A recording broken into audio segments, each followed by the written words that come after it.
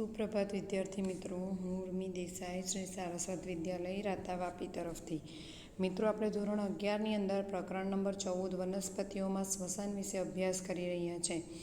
જેમાં આપણે અત્યાર સુધીમાં વનસ્પતિની અંદર શ્વસન શા માટે જરૂરી છે, શા માટે આપણે ઓક્સિજન લઈએ છીએ, કે વનસ્પતિ કે બીજા અન્ય સજીવો ઓક્સિજન લે છે, અને કેવી રીતે આપણે જે ખોરાક ખાઈએ છીએ એને ઓક્સિડેશનથી ઉર્જા મુક્ત થાય એ આપણે આ પ્રકરણની અંદર ભણવાના છીએ. કે આપણે જે ખોરાક લઈએ છીએ ઓક્સિજનની હાજરીમાં કેવી રીતે એનું ઓક્સિડેશન થાય છે અને કઈ રીતે એમાંથી ઉર્જા મુક્ત થાય છે એ આપણે જોઈશું.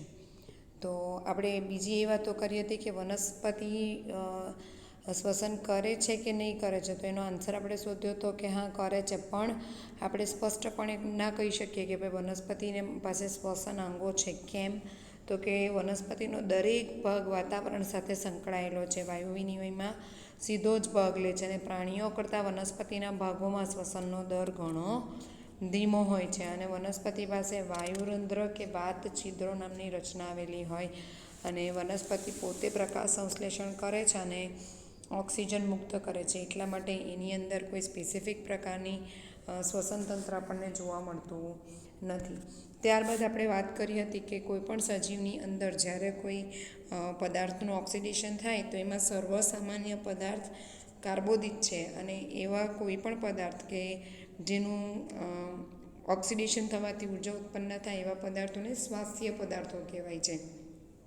અને આપણે એક ઇક્વેશન જોયું હતું શ્વસનનું, કે શ્વસનના પ્રક્રિયામાં શું થાય તો કે ગ્લુકોઝનો અણુ ઓક્સિજનની હાજરીમાં ઓક્સિડેશન પામે અને એ કાર્બન ડાયોક્સાઇડ, પાણી અને ઉર્જા મુક્ત કરે.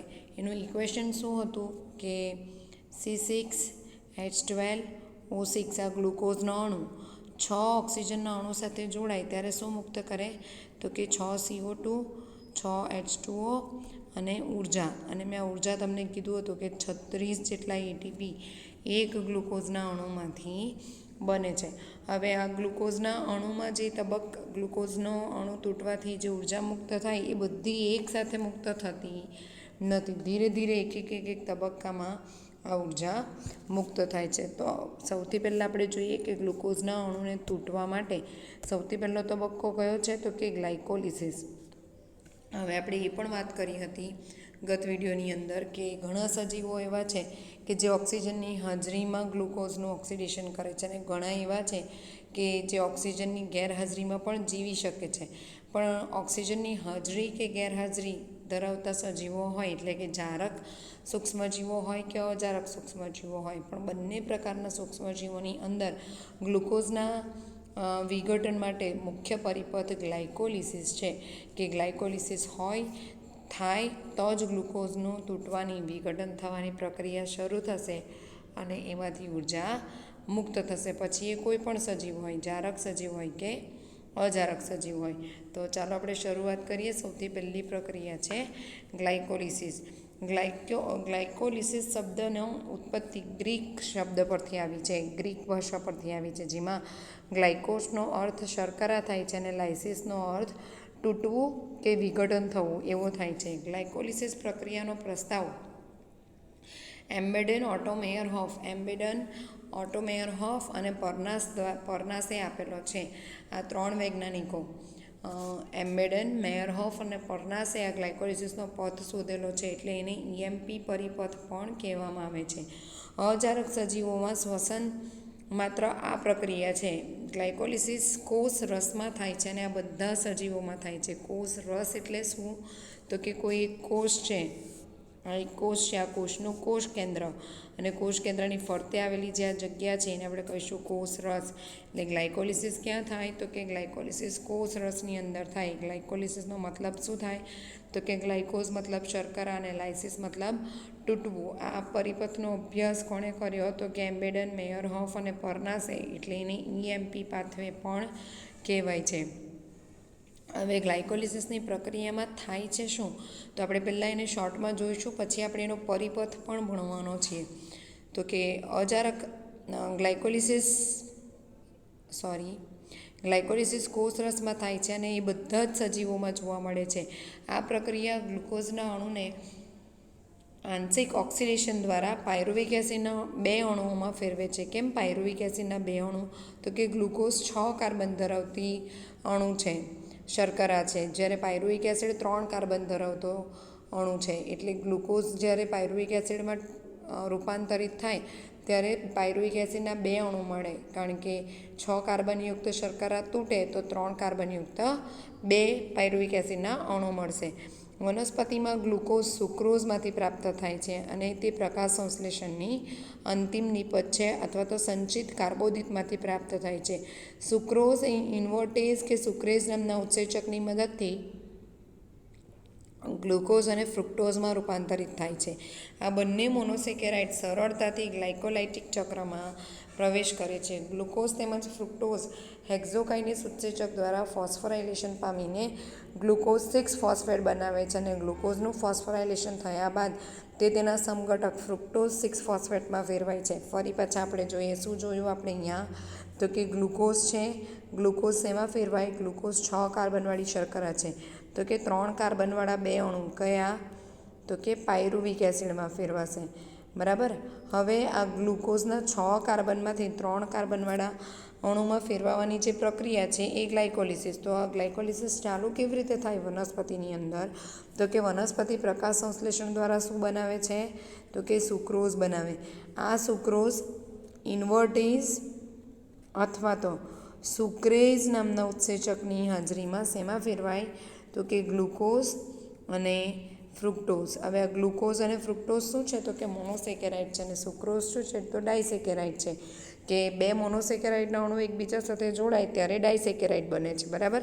તો હવે આ જે ગ્લુકોઝ છે એ ગ્લુકોઝ ગ્લાયકોલિસિસમાં જશે અને ગ્લુકોઝ પહેલું જ સ્ટેપ શું છે? પહેલું સ્ટેપ તો કે ગ્લુકોઝ ફ્રુક્ટોઝ હેક્ઝોકાઇનેઝ, અહીંયા ઉત્સેચકનું નામ છે હેક્ઝોકાઇનેઝ નામના ઉત્સેચક દ્વારા ફોસ્ફોરાયલેશન પામે. ફોસ્ફોરાયલેશન એટલે ફોસ્ફેટનો એક અણુ ઉમેરાય અને શેમાં ફેરવાય? તો કે ગ્લુકોઝ 6 ફોસ્ફેટની અંદર ફેરવાય છે. એનો પહેલો સ્ટેપ.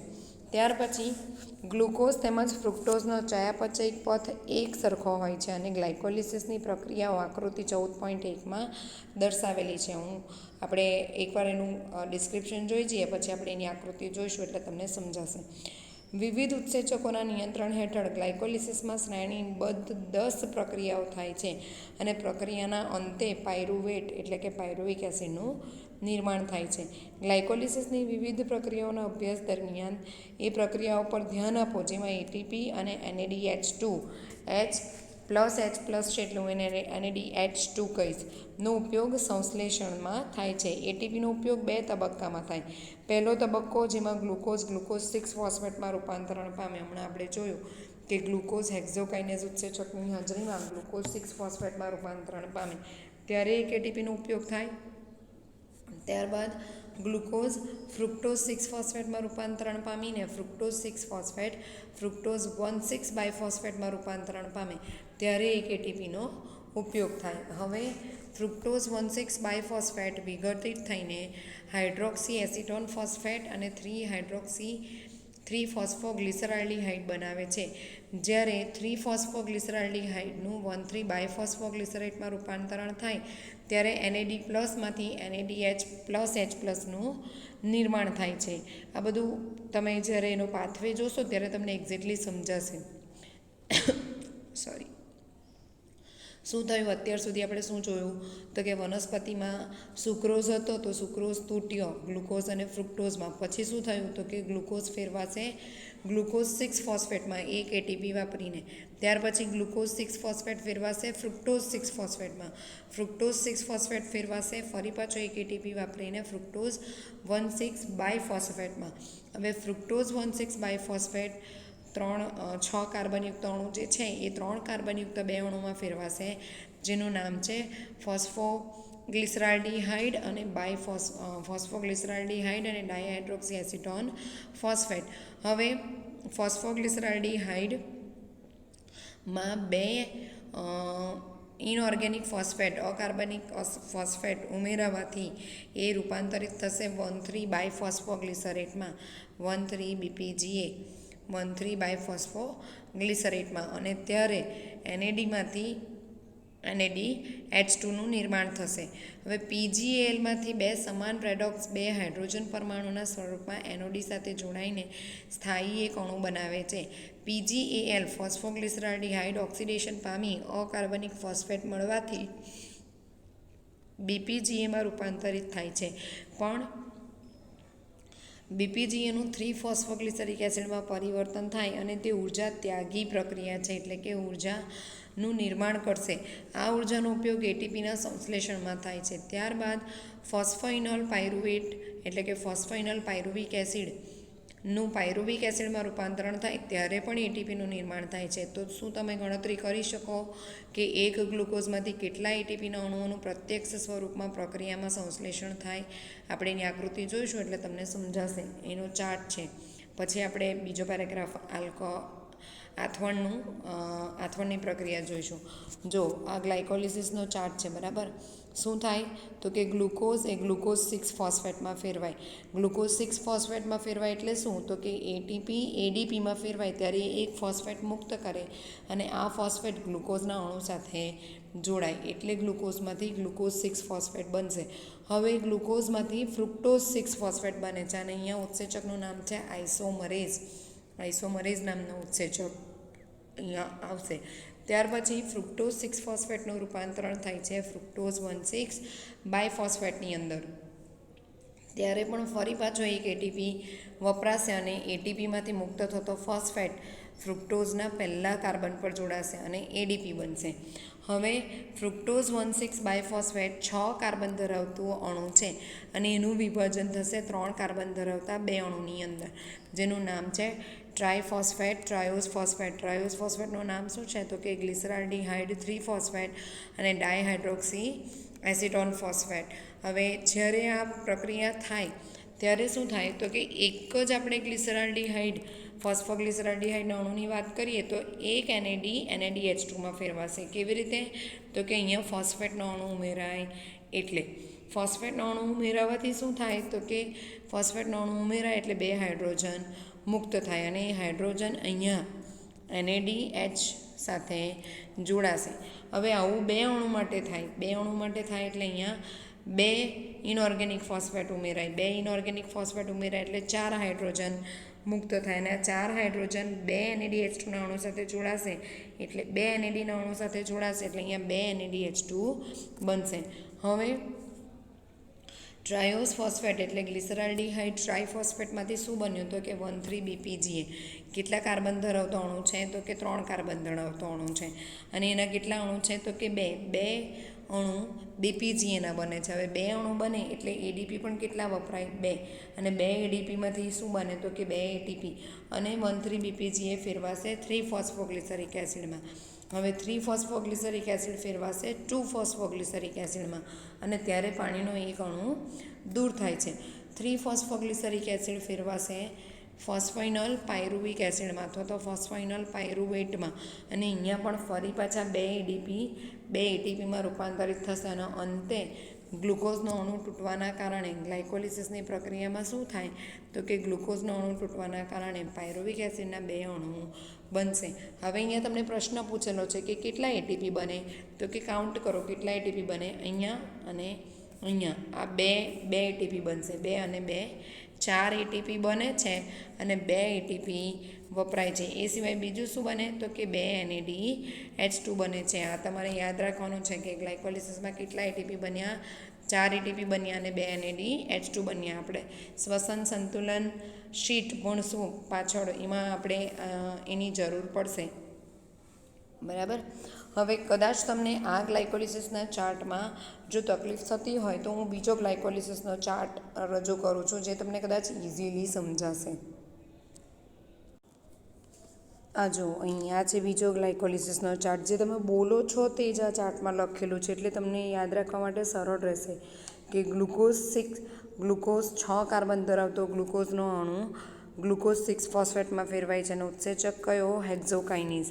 એક ATP વપરાય છે અને ADP બને છે. હવે ગ્લુકોઝ 6 ફોસ્ફેટ ફ્રુક્ટોઝ 6 ફોસ્ફેટમાં ફેરવાય છે અને ત્યારે વપરાતો ઉત્સેચક આઇસોમરેઝ. ફ્રુક્ટોઝ 6 ફોસ્ફેટ ફ્રુક્ટોઝ 1,6 બાયફોસ્ફેટમાં ફેરવાય છે અને ત્યારે પણ એક ATPનો અણુ વપરાય છે અને એડીપી બને છે. હવે 6 કાર્બન ધરાવતો ફ્રુક્ટોઝ 1,6 બાયફોસ્ફેટ 3 કાર્બન ધરાવતા 2 અણુમાં રૂપાંતરિત પામે છે. ડ્રાય હાઇડ્રોક્સી એસિટોન ફોસ્ફેટ અને ફોસ્ફોગ્લિસરાલ્ડિહાઇડ પણ શ્વસનની પ્રક્રિયામાં સામાન્ય રીતે ડાયહાઇડ્રોક્સી એસિટોન ફોસ્ફોગ્લિસરાલ્ડિહાઇડમાં જ રૂપાંતરણ પામે. હવે ફોસ્ફોગ્લિસરાલ્ડિહાઇડના 2 અણુની અંદર 2 અકાર્બનિક ફોસ્ફેટ ઉમેરાવાથી ટોટલ 4 હાઇડ્રોજન અણુ ઉત્પન્ન થાય અને આ 4 હાઇડ્રોજનના અણુ 2 NAD સાથે જોડાય અને 2 NADH2 બનાવે. હવે જ્યારે આ પ્રક્રિયા થાય, 2 ઇનઓર્ગેનિક અણુ જોડાય ત્યારે આ ફોસ્ફોગ્લિસરાલ્ડિહાઇડ 1,3-BPGAમાં ફેરવાય. 1,3-BPGA 3-ફોસ્ફોગ્લિસરિક એસિડમાં ફેરવાય ત્યારે 2 ATP બનાવે. 3-ફોસ્ફોગ્લિસરિક એસિડ 2-ફોસ્ફોગ્લિસરિક એસિડમાં ફેરવાશે અને 2-ફોસ્ફોગ્લિસરિક એસિડ પાણીનો 2 અણુ મુક્ત કરીને ફોસ્ફોઇનલ પાયરુવિક એસિડમાં ફેરવાશે અને છેલ્લે પાયરુવિક એસિડનું નિર્માણ થશે. તો ગ્લાયકોલિસિસ એ ખૂબ જ સરળ પ્રક્રિયા છે ગ્લુકોઝના વિઘટન માટેની, જેમાં 10 જેટલા સ્ટેપ્સ આવે છે, 10 જેટલા તબક્કાઓ છે અને અંતે ગ્લુકોઝ 2 અણુ પાયરુવિક એસિડના બનાવે છે. જારક બેક્ટેરિયા હોય, જારક સજીવ હોય કે અજારક સજીવ હોય, બંનેની અંદર આ પ્રક્રિયા જોવા જ મળે છે. હવે આપણે જોઈએ આગળ કે પાયરુવિક એસિડ એ ગ્લાયકોલિસિસની મુખ્ય નિપજ છે અને પાયરુવિક એસિડના ચયાપચયનું ભવિષ્ય શું? તો કે પાયરુવિક એસિડ બની ગયું પછી હવે પાયરુવિક એસિડનું શું થશે? તો કે તે કોષોની આવશ્યકતા પર આધારિત છે. તેની મુખ્ય 3 રીત છે. કોઈ પણ સજીવ હોય, જારક હોય કે અજારક હોય, એના શરીરની અંદર અથવા તો એના કોષની અંદર ગ્લુકોઝનું રૂપાંતરણ થઈ ગયું પાયરુવિક એસિડમાં. હવે એ પાયરુવિક એસિડનું પાચન કેવી રીતે થશે, એમાંથી શું બનશે, એ આધારિત છે કોષની આવશ્યકતા પર કે કોષને શું જોઈએ છે અને તેમાં ગ્લાયકોલિસિસ દ્વારા ઉત્પન્ન થતા પાયરુવિક એસિડનો તે ઉપયોગ કરે છે. તે લેક્ટિક એસિડ આથવણ, આલ્કોહોલિક આથવણ અને જારક શ્વસનમાં ઉપયોગી છે. ગ્લુકોઝમાંથી જે 2 પાયરુવિક એસિડ બન્યા એ ક્યાં ઉપયોગી? તો કે લેક્ટિક એસિડના આથવણમાં, આલ્કોહોલિક આથવણમાં અને જારક શ્વસનમાં. મોટાભાગના પ્રોકેરિયોટ્સ એટલે કે આદિકોષ કેન્દ્રી અને એકકોષી યુકેરિયોટ્સ એટલે કે એકકોષી સુકોષ કેન્દ્રી સજીવો, એકકોષી સુકોષ કેન્દ્રી સજીવો આથવણ અજારક પરિસ્થિતિઓમાં થાય છે. ગ્લુકોઝનું પૂર્ણ ઓક્સિડેશન ફળ સ્વરૂપે કાર્બન ડાયોક્સાઇડ અને H2Oનું નિર્માણ થાય છે, જે કરવા માટે સજીવોમાં ક્રેબ્સ ચક્ર જોવા મળે છે, જેને જારક શ્વસન પણ કહે છે અને તેમાં ઓક્સિજનની જરૂર હોય છે. આપણે ગ્લાયકોલિસિસ ભણ્યા, ગ્લાયકોલિસિસના અંતે પાયરુવિક એસિડ બન્યું. હવે આ પાયરુવિક એસિડ જો લેક્ટિક એસિડ બનાવતા બેક્ટેરિયા હશે તો પાયરુવિક એસિડનું રૂપાંતરણ લેક્ટિક એસિડમાં થશે. જો આલ્કોહોલ બનાવતા બેક્ટેરિયા હશે તો પાયરુવિક એસિડનું રૂપાંતરણ આલ્કોહોલ ઇથેનોલમાં થશે અને જો જારક શ્વસન કરતા સજીવો હશે તો આ પાયરુવિક એસિડ ક્રેબ્સ ચક્રમાં જશે. અને ક્રેબ્સ ચક્ર ક્યાં ચાલે છે? તો કે ક્રેબ્સ ચક્ર કણાભસૂત્રના આધારકમાં ચાલે છે. આપણે કણાભસૂત્રની રચના ભણીને જ આવ્યા છે, બરાબર? તો એક વસ્તુ અહીંયા સમજો કે શું થાય છે. આ કોષ છે, કોષની અંદર આ કોષ કેન્દ્ર છે, અહીંયા કોષરસ છે. કોષરસમાં શું ચાલે છે? તો કે ગ્લાયકોલિસિસ ચાલે છે. અને અહીંયા કણાભસૂત્ર છે, કણાભસૂત્રના આધારકમાં શું ચાલે છે? તો કે ક્રેબ્સ ચક્ર ચાલે છે. અને કણાભસૂત્રના અંતઃપટલમાં ETS ઇલેક્ટ્રોન પરિવહન તંત્ર જોવા મળે છે. આપણે જેમ જેમ અભ્યાસ કરીશું તેમ તેમ તમને સમજાશે. હવે આપણે ગ્લાયકોલિસિસ જોઈ ગયા. હવે ગ્લાયકોલિસિસમાંથી પાયરુવિક એસિડ બન્યા બાદ પાયરુવિક એસિડના પાચનના 3 પરિપથો છે. ક્યાં તો એ લેક્ટિક એસિડ આથવણમાં જશે, ક્યાં તો આલ્કોહોલિક આથવણમાં જશે, ક્યાં તો જારક શ્વસન માટે ક્રેબ્સ ચક્રમાં પ્રવેશશે પાયરુવિક એસિડ. તો આપણે સૌથી પહેલાં જોઈએ આથવણ. એ લેક્ટિક એસિડનું આથવણ હોય કે આલ્કોહોલનું ઉત્પાદન હોય. તો ચાલો જોઈએ આથવણમાં ઈસ્ટ દ્વારા ગ્લુકોઝનું અજારક પરિસ્થિતિઓમાં અપૂર્ણ ઓક્સિડેશન થાય છે, જેમાં પ્રક્રિયાઓના વિવિધ તબક્કાઓ દ્વારા પાયરુવિક એસિડનું કાર્બન ડાયોક્સાઇડ તેમજ ઇથેનોલમાં રૂપાંતરણ થાય છે. ઉત્સેચક પાયરુવિક એસિડ ડી-કાર્બોક્સાઇલેઝ અને આલ્કોહોલ ડીહાઇડ્રોજિનેઝ આ પ્રક્રિયાના પ્રેરક ઘટક છે. બીજા સજીવો જેવા કે કેટલાક બેક્ટેરિયા પાયરુવિક એસિડમાંથી લેક્ટિક એસિડનું નિર્માણ કરે છે અને આમાં સમાયેલા તબક્કાઓ આકૃતિ 14.2માં દર્શાવેલા છે. હું તમને બતાવીશ એ આકૃતિ, એમાં આપણે સમજીશું. પણ શું થાય છે અહીંયા તો કે પાયરુવિક એસિડનું રૂપાંતરણ ક્યાં તો લેક્ટિક એસિડમાં થશે, ક્યાં તો આલ્કોહોલમાં થશે, જેમાં બે ઉત્સેચકો ભાગ ભજવે છે, પાયરુવિક ડીકાર્બોક્સાઇલેઝ અને આલ્કોહોલ ડિહાઇડ્રોજિનેઝ. પ્રાણીઓની સ્નાયુ પેશીઓના કોષમાં એટલે કે આપણા શરીરની અંદર આપણા જે સ્નાયુ પેશીઓ આવેલી છે એ સ્નાયુ પેશીઓના કોષોમાં કસરત દરમિયાન કે પરિશ્રમ દરમિયાન જ્યારે કોષીય શ્વસન માટે અપૂરતી માત્રામાં ઓક્સિજન હોય ત્યારે પાયરુવિક એસિડ લેક્ટેટ ડિહાઇડ્રોજિનેઝ નામના ઉત્સેચક દ્વારા લેક્ટિક એસિડમાં રૂપાંતરિત થઈ જાય છે અને ત્યારે રિડ્યુસિંગ ઘટક NADH2 પણ વપરાય છે, જે NADમાં પુનઃ ઓક્સિડેશન પામે છે. આપણે એની ઇક્વેશન જોઈશું એટલે તમને બરાબર સમજાશે.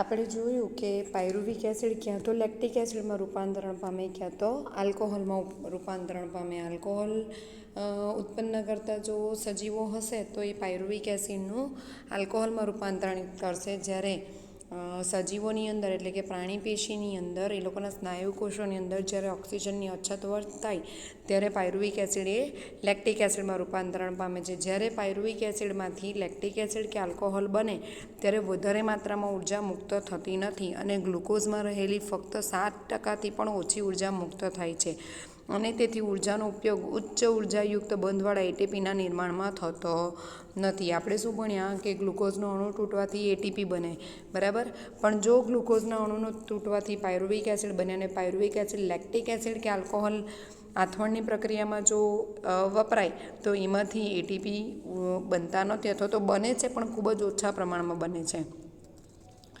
એસિડ કે આલ્કોહોલ નિર્માણ કરતી ઉત્પાદનની પ્રક્રિયાઓ હાનિકારક છે. ગ્લુકોઝના એક અણુના આથવણ પછી આલ્કોહોલ કે લેક્ટિક એસિડના નિર્માણ દરમિયાન કેટલા એટીપીનું સંશ્લેષણ થાય? તો કે ગ્લાયકોલિસિસમાં કેટલા અણુ એટીપીના સંશ્લેષણ પામે છે અને કેટલા અણુ એટીપીના વપરાય છે તેની ગણતરી કરો. એટલે કે આપણે જોયું ને ગ્લાયકોલિસિસમાં કે 4 એટીપી બન્યા અને 2 વાપરે છે તો 2 એટીપી બન્યા, અને પેલો જે NADH2 હતો એ NADH2 એક NADH2નું તૂટવાથી 3 જેટલા એટીપી બને, તો એ કેલ્ક્યુલેશન આપણે પાછળ શીખીશું. જ્યારે આલ્કોહોલનું પ્રમાણ 13% કે તેનાથી વધારે હોય ત્યારે ઈસ્ટ માટે તે વિષાક્તન બને છે અને તેના કારણે મૃત્યુ થાય છે. પાયરુવિક એસિડમાંથી આલ્કોહોલ જો બને અને આલ્કોહોલનું પ્રમાણ જો 13% કરતાં વધારે થઈ જાય તો એ રૂપાંતરણ કરતા જે સજીવો છે એ સજીવો મૃત્યુ પામે. એટલા માટે નૈસર્ગિક રીતે આથવણ દ્વારા પ્રાપ્ત થતા પીણામાં આલ્કોહોલની મહત્તમ સાંદ્રતા કેટલી હોય તો કે 13%થી ઓછી હોય. અને શું તમે વિચારી શકો કે માદક પીણામાં આલ્કોહોલનું પ્રમાણ તેમાં આવેલા આલ્કોહોલની સાંદ્રતાથી વધુ કેવી રીતે મેળવી શકાય છે? તો કે ઘણીવાર એવા માદક પીણા હોય, એવા આલ્કોહોલિક પીણા હોય કે જેમાં આલ્કોહોલની સાંદ્રતા 15%, 17% એવું પણ હોઈ શકે. તો કે એટલો બધો આલ્કોહોલ જો આલ્કોહોલિક પીણામાં હોય તો ઈસ્ટ કઈ રીતે જીવિત રહી શકે? તો મૃત્યુ જ પામે. તો કે એની અલગ અલગ પ્રક્રિયા આવે છે. નિસ્યંદિત આલ્કોહોલિક પીણા અને અનિસ્યંદિત આલ્કોહોલિક પીણા, એ બધા દ્વારા આપણે એનું પ્રમાણ પીણાની અંદર આલ્કોહોલનું પ્રમાણ વધારી શકીએ છીએ. હવે એક નાનો મસ્તો ચાર્ટ આપેલો છે અજારક શ્વસનના પરિપથનો, કે પાયરુવિક એસિડમાંથી લેક્ટિક એસિડ કેવી રીતે બને છે અને પાયરુવિક એસિડમાંથી આલ્કોહોલ એટલે કે ઇથેનોલ કેવી રીતે બને છે. તો અહીંયા તમે ચાર્ટમાં જોઈ શકો છો કે ગ્લુકોઝમાંથી ગ્લિસરાલ્ડિહાઇડ 3-ફોસ્ફેટ બને અને પછી છેલ્લે ફોસ્ફેનલ પાયરુવિક એસિડ બને. ફોસ્ફેનલ પાયરુવિક એસિડમાંથી પાયરુવિક એસિડ બને. હવે જો પ્રાણી પેશીના સ્નાયુ કોષો હશે તો એ પાયરુવિક એસિડનું લેક્ટિક એસિડમાં રૂપાંતરણ કરે, અને જો અજારક શ્વસન કરતા સજીવો હશે તો એ પાયરુવિક એસિડનું ઇથેનોલમાં રૂપાંતરણ કરે અને CO2 મુક્ત કરે. બંને જગ્યાએ અહીંયા NADH2 વપરાય છે અને NAD મુક્ત થાય છે.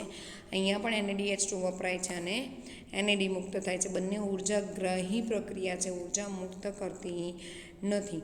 તે કઈ પ્રક્રિયા છે જેના દ્વારા સજીવમાં ગ્લુકોઝનું સંપૂર્ણ ઓક્સિડેશન થાય?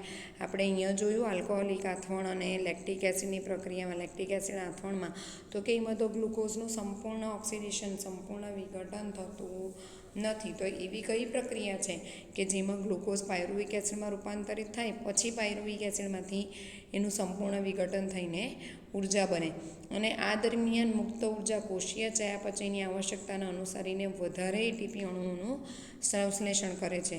યુકેરિયોટિક્સમાં આ બધા તબક્કાઓ કણાભ સૂત્રમાં થાય અને આ માટે ઓક્સિજનની જરૂર હોય છે. જારક શ્વસન તે એવી પ્રક્રિયા છે જેના દ્વારા કાર્બનિક પદાર્થોનું ઓક્સિજનની હાજરીમાં સંપૂર્ણ ઓક્સિડેશન થાય અને તેના પછી કાર્બન ડાયોક્સાઇડ, પાણી અને વધુ જથ્થામાં ઉર્જા મુક્ત થાય છે. આ પ્રકારની શ્વસન પ્રક્રિયા સામાન્યતઃ ઉચ્ચ કક્ષાના સજીવોમાં જોવા મળે છે અને આપણે હવે આ જારક શ્વસનની પ્રક્રિયાનો અભ્યાસ કરીશું. અજારક શ્વસનમાં તો આપણે જોયું કે ભાઈ જારક બેક્ટેરિયા હોય કે અજારક હોય, જારક સજીવો હોય કે અજારક સજીવો હોય, ગ્લુકોઝને પાયરુવિક એસિડમાં તો બધા જ રૂપાંતરિત કરે. પછી આધાર રાખે કે સજીવ કેવો છે. જો એ સજીવ લેક્ટિક એસિડ રૂપાંતરિત કરતો હશે તો પાયરુવિક એસિડને લેક્ટિક એસિડમાં ફેરવશે. જો આલ્કોહોલ બનાવતો હશે તો પાયરુવિક એસિડને આલ્કોહોલમાં રૂપાંતરિત કરશે. પણ આ પ્રક્રિયા જ્યારે થાય તો એ ઉર્જાગ્રાહી પ્રક્રિયા છે, ઉર્જા મુક્ત કરતી નથી. તો આપણે તો શું ભણવાનું છે તો કે ઉર્જા કઈ રીતે મુક્ત થાય. ગ્લુકોઝનો અણુ તૂટવાથી આપણે જે ખોરાક ખાઈએ છીએ એમાંથી ઉર્જા કઈ રીતે મુક્ત થાય. તો એના માટે જારક શ્વસનની અત્યાર સુધી આપણે જે જોયું એ અજારક શ્વસન છે. હવે આપણે જારક શ્વસનની પ્રક્રિયા જોઈશું, જે આપણે આવતા વિડીયો લેક્ચરની અંદર જોઈશું. પણ એ પહેલાં આપણે પાયરુવિક એસિડમાંથી આલ્કોહોલ કઈ રીતે બને અને પાયરુવિક એસિડમાંથી લેક્ટિક એસિડ કઈ રીતે બને એનું એક ઇક્વેશન જોઈશું, જે તમને ઇઝીલી સમજાઈ જશે કે આ પાયરુવિક એસિડના 2 અણુ છે. ગ્લાયકોલિસિસના અંતે પાયરુવિક એસિડના કેટલા અણુ બને તો કે 2 અણુ બને. તો આ પાયરુવિક એસિડના 2 અણુ છે જે પાયરુવેટ ડીકાર્બોક્સાઇલેઝ ઉત્સેચક અને થાઇમિન પાયરોફોસ્ફેટની હાજરીમાં એસિટાલ્ડિહાઇડમાં ફેરવાય છે. અને એસિટાલ્ડિહાઇડ 2 કાર્બન ડાયોક્સાઇડ, જ્યારે એસિટાલ્ડિહાઇડ બને ત્યારે 2 કાર્બન ડાયોક્સાઇડના અણુ મુક્ત થાય છે. હવે આ એસિટાલ્ડિહાઇડ 2 NADH2નો ઉપયોગ કરી આલ્કોહોલ ડિહાઇડ્રોજિનેઝ ઉત્સેચકની મદદથી ઇથાઇલ આલ્કોહોલમાં ફેરવાય છે અને 2 NAD મુક્ત થાય છે. આ આલ્કોહોલ આથવણની પ્રક્રિયા છે. અને લેક્ટિક એસિડ આથવણની પ્રક્રિયામાં શું થાય તો કે 2 પાયરુવિક એસિડના અણુઓ લેક્ટિક એસિડ બનવાની પ્રક્રિયામાં શું થાય તો કે 2 પાયરુવિક એસિડના અણુઓ 2 NADH2 વાપરે અને લેક્ટિક ડિહાઇડ્રોજિનેઝ ઉત્સેચકની હાજરીમાં લેક્ટિક એસિડના 2 અણુ બને છે અને 2 NAD મુક્ત થાય છે. આ ઇક્વેશન્સ હું તમને નોટબુકમાં લખાવીશ, જ્યારે ટેક્સ્ટ બુકમાં લખાવીશ, જેથી તમને સમજવામાં સરળતા રહે. તો મિત્રો, આજે આપણે ખૂબ જ મહત્ત્વનો ટૉપિક જોયો, અજારક શ્વસન, કે સજીવોની અંદર ગ્લાયકોલિસિસ જોયું કે ગ્લુકોઝનું વિઘટન જારક અજારક સજીવોની અંદર કઈ રીતે શરૂઆત થાય છે. અને જો અજારક સજીવો હોય તો એમાં ગ્લુકોઝનું રૂપાંતરણ ક્યાં તો લેક્ટિક એસિડમાં થાય છે, ક્યાં તો આલ્કોહોલમાં થાય છે. હજી આપણે જારક શ્વસન જોવાનું બાકી છે, જે આપણે આવતા વિડીયોની અંદર જોઈશું.